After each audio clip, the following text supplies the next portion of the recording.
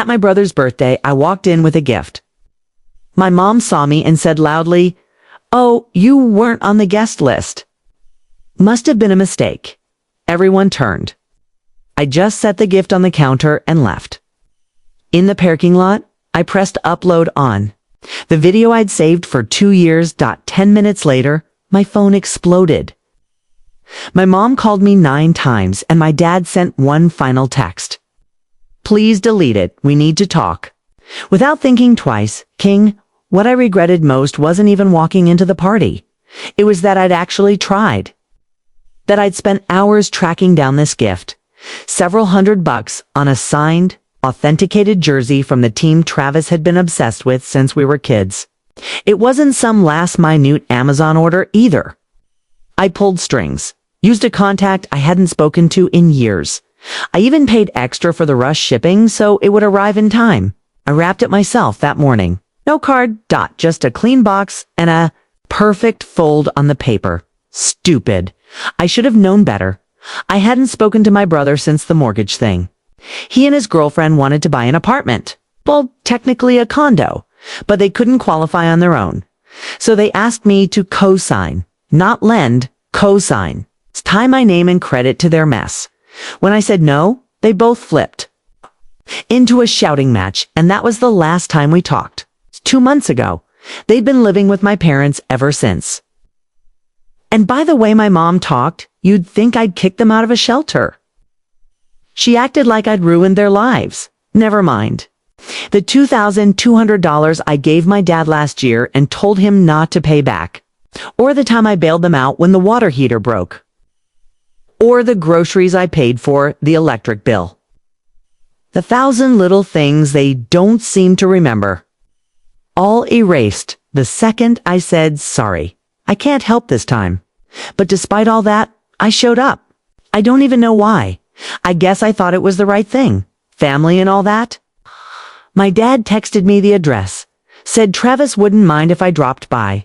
Not, "You're invited." Just, "You can drop by," so I parked a few houses down. Walked in holding that gift like it actually meant something. The place was packed. People I hadn't seen in years. Everyone smiling, drinking, loud music playing. It looked like a celebration. My brother in the middle of it all, laughing with a beer in his hand. I took a step inside, and that's when it happened. My mom saw me, looked straight at me from across the room, and said it louder than she needed to. "Oh, you weren't on the guest list. Must have been a mistake." The silence that followed didn't last. Long, maybe 3 seconds, but it felt like a full minute. Everyone turned. Some people laughed awkwardly. Travis smirked. A few just stared, confused. I didn't say anything. I walked into the kitchen, set the gift down beside the cake, and walked straight out the front door, and that was the exact moment the decision locked in. No second thoughts, no guilt. Not this time. Revenge was going to happen. I wasn't going to be the quiet one anymore. Back in the car, I pulled up the cloud folder. There it was, untouched, since the day I saved it. A 37-second video sent to me. 2 years ago by Travis's old roommate. One night the guy got drunk and started venting. Told me he had dirt on my brother. I didn't ask for it, but he sent it anyway. And there was Travis, half naked on a couch, making out with some girl who wasn't his wife. It was grainy, but clear enough. Wasn't recent, but it also wasn't old enough to be innocent. I never said anything. I never showed it to anyone until now.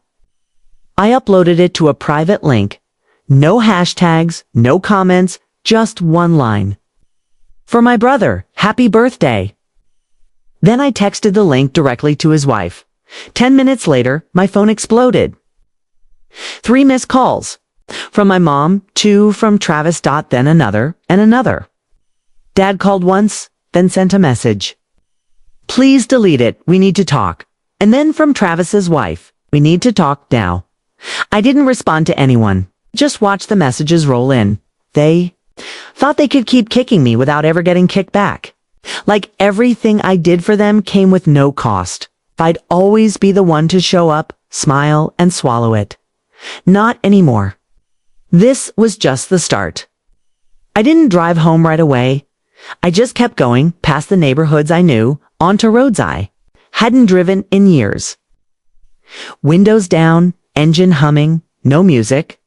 I needed the quiet.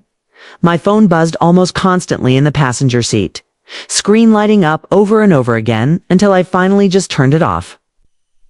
What surprised me the most wasn't that they were angry. It was how fast the switch flipped. From smug silence inside that house to full-blown panic the second they realized I wasn't bluffing. They were used to me being the one who stayed quiet. The one who always forgave. Could feel the shift coming, and it felt good. Around 11:30 p.m., I ended up at a cheap diner I remembered from years ago. Still open 24 hours. I ordered coffee, but it just sat there untouched. I kept playing back the moment in the kitchen, my hand placing the gift down next to the cake, my back turned as the whole room stared. They thought they'd gotten away with it again. That they could humiliate me for sport and I'd just take it. They didn't know what I was sitting on. At 1:22 a.m., I connected to the diner's Wi-Fi. Opened my laptop and checked the private link. The view count had climbed past 180. I hadn't made it public. Only sent it directly to Hammaly. But clearly someone else had shared it. Whether it was her or someone she showed it to, I didn't care. It had done what I wanted. The secret wasn't secret. Anymore, not minutes later, an email came in through my work account. You broke up my family. Hope it was worth it. No greeting, no name, but I knew it was her. Hammaly, Travis's wife. The one person in our whole family who had ever actually been decent to me. I stared at her sentence for a long time, long enough for the coffee to go cold. I didn't know what to feel, but I didn't regret it. She deserved the truth. Travis didn't deserve her. Never did. 3 hours passed. I drove again. This time I didn't go far, just around town. By the time I got back to my apartment around 4:30 a.m., I finally turned my phone back on. 17 missed calls. 8 from Travis. 4 from Mom, 3 from Dad. 2 unknowns. Voicemails I didn't bother listening to. But there was one message that made me pause. From Hammaly. I always wondered. He said I was paranoid. He made me feel crazy. I stared at it for a while before another one came through. I left. I met my sisters. No anger. No drama, just the quiet aftermath of someone whose life had just snapped clean in half. Then came a text from Dad. You're going to fix this. That was it. No, are you okay? No? What happened? Just a command. Like I was the one who ruined everything, like I hadn't been pulling this family up from the dirt for years while they kicked me in the ribs. I called him, he answered on the first ring. The voice on the other end didn't sound shaken. It sounded cold. This was a joke, he said. You're blowing up your own family over nothing. I didn't even respond to that. He kept going. She's emotional. She'll get over it. Take it down now. This doesn't need to go further. Told him I wasn't deleting anything. He was quiet for a second. Then he said something that stuck with me in the worst way. You've always been the safe one. The quiet one. Now you want to act like some hero. He didn't get it. None of them did. This wasn't about being a hero. This was about finally standing up while they were still mid-kick. He hung up on me after I didn't answer. The next day my inbox lit up again. This time it wasn't from Hammaly. It was from Travis. Just one line. You'll regret this. That's when I smiled. Because now, for once, he was the one who was afraid. I didn't respond to Travis's text. I didn't have to buy the time I left for work Monday morning. Half of his life had already started crumbling. Hammaly hadn't just left him. She took her things and sent a picture of the empty drawers. A shot of the ring on the counter. No note. Just the photo. And from what I'd heard through a mutual friend, she wasn't coming back. But I knew Travis. He wasn't the type to lie down and take the hit. He was going to swing back. It started small. That week, my mom sent a group text to our extended family. Something vague and dramatic. Please pray for our family during this difficult time. A few cousins reached out, confused. I ignored them. Then one of them, Danny, called me directly. I picked up. He said my mom told everyone you had a breakdown, that you were unstable, that you were lashing out because you were bitter and lonely. She told them Hammaly left Travis because of emotional abuse, and that you twisted some old footage to make it look like he cheated. I laughed out loud when I heard that. Emotional abuse. From Hammaly, she wouldn't yell at someone if they stole her car. That's when I knew this wasn't over. They weren't going to apologize. They were going to destroy my name to save his. Then came the weird calls at work. One from an anonymous number, asking if our company does background checks on its employees' internet behavior. Another claimed I had sent inappropriate content to a married woman. HR got involved. I had to sit in a tiny conference room explaining that someone from my personal life was trying to smear me. Luckily, they believed me, but the warning was clear. This was crossing into territory that could mess with my career. So I escalated. I sent another message to Hammaly. Not another video, just a screenshot. Travis's Tinder profile, still active, still matching, still swiping. She replied instantly. I screenshotted this to Dot. Thank you. I didn't hear from her again after that. But I didn't need to. I knew she was done playing the quiet wife. I had just reminded her who she married. Then, that Friday night, it happened. Someone keyed my car. Deep, ugly scratches along the driver's side. Every panel, my first guess was Travis, but he wouldn't do it himself. He'd get someone else. Probably one of his idiot friends who still thought loyalty meant vandalism. I filed a police report and attached everything. Travis's threats, the timeline, the texts. I didn't even want anyone arrested. I just wanted a record. Then I got the call. My dad again. You're ruining this family. I didn't respond. You're not getting another dollar from me. I wanted to laugh. He hadn't given me a dime since I was 17, so I finally said it. That's fine, because starting now, you're not getting another one from me either. He paused like he didn't understand, so I explained. The money for the car repair I paid for last year. The 3 months of groceries when Mom was sick. The $2,200 I gave him with no expectation of return. Gone. Forgotten. Well, now I remembered. And it was going to stay remembered.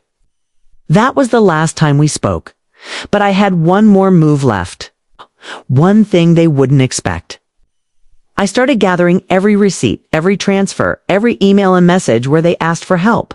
It was all going into a file. Cause if they wanted to play dirty, they were about to see how far I could go. I wasn't planning to burn everything down. Not all at once. I wanted them to squirm, not explode. I wanted the silence between us to stretch out. Long and sharp like a wire under tension. But they made the first move again. They wanted it scorched. Find out by Monday morning I had gathered everything. Bank statements, PayPal records, .venmo transfers, text messages, emails, even some old voicemails. I organized every dime I'd sent them into categories. Utilities, emergencies, rent coverages, birthday gifts, temporary loans that were never temporary, and the ones where I was dumb enough to say, don't worry about it. I made a folder labeled Unpaid Debts, Family. I didn't know yet what I would do with it. Building it gave me a strange calm. It was like seeing the ledger of my patients. Then that afternoon, I got called into my manager's office. HR was waiting. They had received a formal complaint, anonymous, but very specific. It accused me of cyber harassment, personal misconduct, and digital manipulation of private media for the purpose of emotional harm. They used words like concerning, sensitive, and reputation risk. I didn't need to ask where it came from. It was clear they weren't done with me. This wasn't about a video anymore. They were trying to take everything. The job, the credibility, the future. The one thing I had built without asking anyone in that family for help. I was placed on leave, pending review, So I escalated. I opened my inbox and drafted an email. I attached a document titled Summary of Loans and Unrepaid Financial Support. It was itemized, detailed, and included screenshots with timestamps. I sent it to my father, I CC'd my mother, BCC'd my lawyer. Not just a threat anymore. I'd scheduled a consultation for Friday morning. The subject line was simple. Notice of financial action pending. Exactly 23 minutes later, my phone rang. It was my mom. No hello, no breath, just, you wouldn't do this. You wouldn't sue your own father. I didn't answer right away. I let her fill the silence with all the things. I expected how this was hurting the family. How I was overreacting. How I was selfish. Then she said something I hadn't heard from her in a long time. Fine, do what you have to do. Just know we're done. I ended the call without saying a word. I thought that would be the end of it for the night. I was wrong. Around 10:40 p.m., someone knocked on my apartment door. I looked through the peephole. For a second, I actually thought I was dreaming. Emily, she was standing there, holding a small black USB drive. No bag. No expression, no words, just the drive. She handed it to me. I'm not trying to drag this out, but I found this in Travis's desk, hidden under some fake tax folders. I think you should hear what's on it. And then she left. I sat there for an hour before plugging it in. There were several audio files dated over the last year. Took me a minute to understand what they were. Secret recordings, voice memos. Travis had been recording conversations with my parents. Most were garbage. Arguments, gossip, nonsense. But one clip stopped me cold. My mom's voice, she's not family. She's a wallet with a face. Travis laughed. She says no once, and suddenly she thinks we owe her something. Then my dad chimed in. Don't worry, let her sulk. She'll come crawling back like always. She doesn't have anyone else. I sat in my kitchen listening to that loop 3 times. Then I created a new folder on my desktop. Evidence for legal use. Because this wasn't about revenge anymore. This was about cutting them off in a way they could never recover from. Friday morning, I walked into the lawyer's office with a flash drive in my pocket and the calm of someone who had stopped caring about the consequences.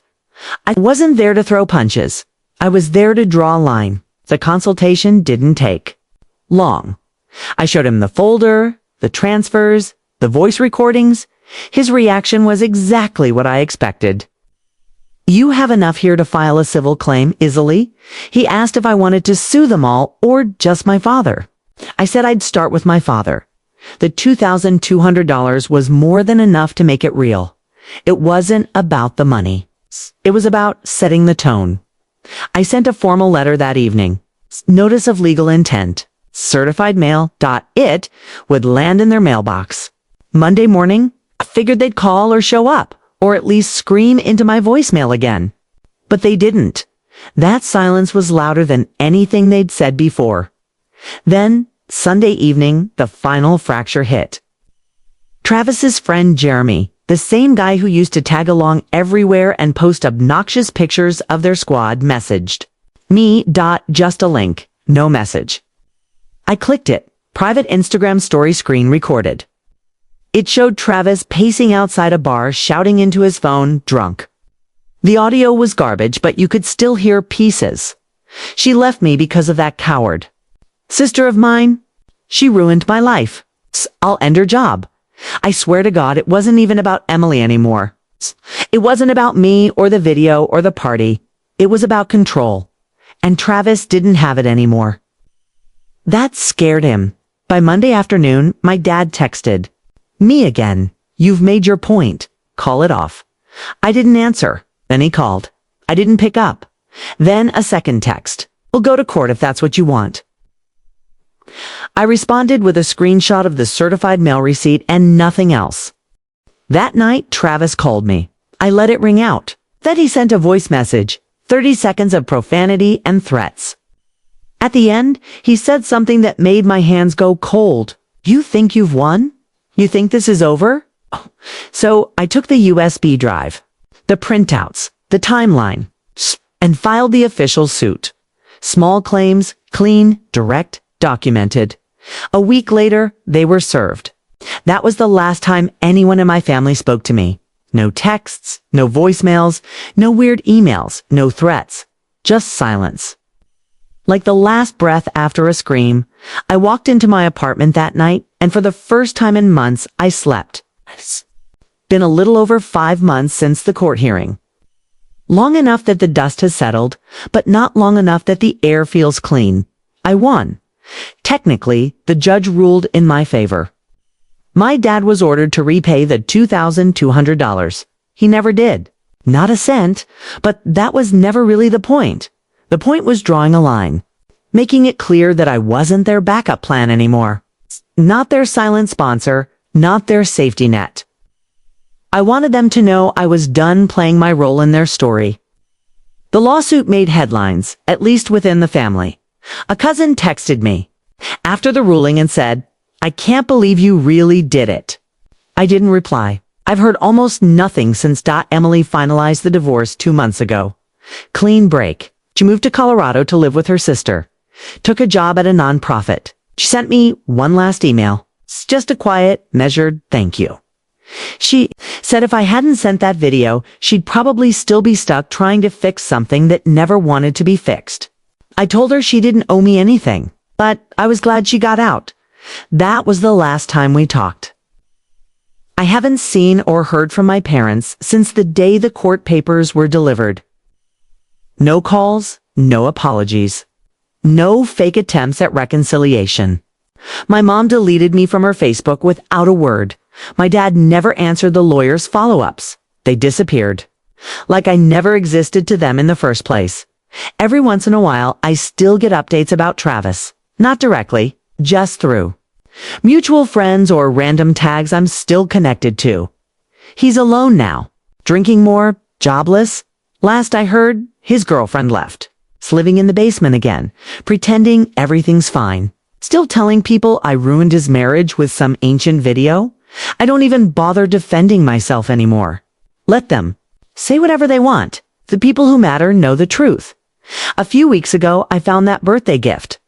The cyanide jersey I left on the kitchen counter that night, someone had stuffed it in a plastic bag and left it on my doorstep. No note, no message. It's just a silent return, like it had never happened. I almost laughed, so they couldn't throw it out. Couldn't burn it, but they didn't want it either. It was too real. Too much of a reminder, so I took it inside and put it in a drawer. I don't know why I kept it. Maybe because it's the last thing I'll ever give them. Now, we don't talk, right? We don't see each other. No birthdays, no holidays, nothing. And it's strange, because I thought it would hurt more. I thought I'd miss them. But I don't. Not really. I miss the idea of what family was supposed to be, not what mine actually was. We're like ships at sea now, drifting, not lost, no lights, no contact. It's no contact, no course that'll ever bring us back together. And I've made peace with that because sometimes cutting ties isn't cruel. Survival. It's been nearly a year now. Life is quiet. That kind of quiet you only realize you need after you finally get it. I moved last month. Different city, smaller place, less clutter. I didn't tell anyone from the old life. I changed my number, left no forwarding address, just disconnected cleanly. But a few weeks ago, I got a message through my work email from a name I didn't recognize. Right away. Linda P. almost deleted it as spam until I read the first line. I think you should know your father's in the hospital. It was from someone at the small community center where he occasionally volunteered, at least when he wanted people to think he was doing something useful. The message said he'd collapsed. Some kind of stroke, stable now, but it looked bad. I stared at the email for almost an hour. Then I closed my laptop and went on with my day. 3 days later, another message came. This time from a cousin I hadn't spoken to in years. They're asking if you're coming to see him. Your mom's been sitting by his side. They say he might not wake up. I didn't reply. It wasn't bitterness. I didn't feel hate. I just felt done. The story had already ended for me. They turned the page a long time ago, and I had already closed the book. Then last week, the final unexpected turn came. A letter, real paper, no return address. Inside was a check. No note, just that. I sat down and laughed. It's one of those hollow, confused laughs you can't explain. I didn't cash it. I just stared at it for a while, then stuck it in a drawer right next to that stupid jersey. I don't know. Who sent it? My father, my mother. Someone trying to tie up a thread before the end. But it didn't change anything, because the truth is, closure doesn't come from the people who hurt you, finally making it right. It comes when you stop waiting for them too. I don't know if my dad's still in that hospital bed. I haven't checked. Maybe he's awake. Maybe he isn't. Maybe he regrets it, okay? Or maybe he's still convinced I was the villain. Doesn't matter anymore. What I've learned is that sometimes the most painful things are the things that don't ever resolve. They just fade. Slowly, quietly, until one day you realize you haven't thought about them in weeks. That's what happened. To us, we didn't explode, we didn't reconcile. We just drifted like ships in the dark. And I never turned on my light again.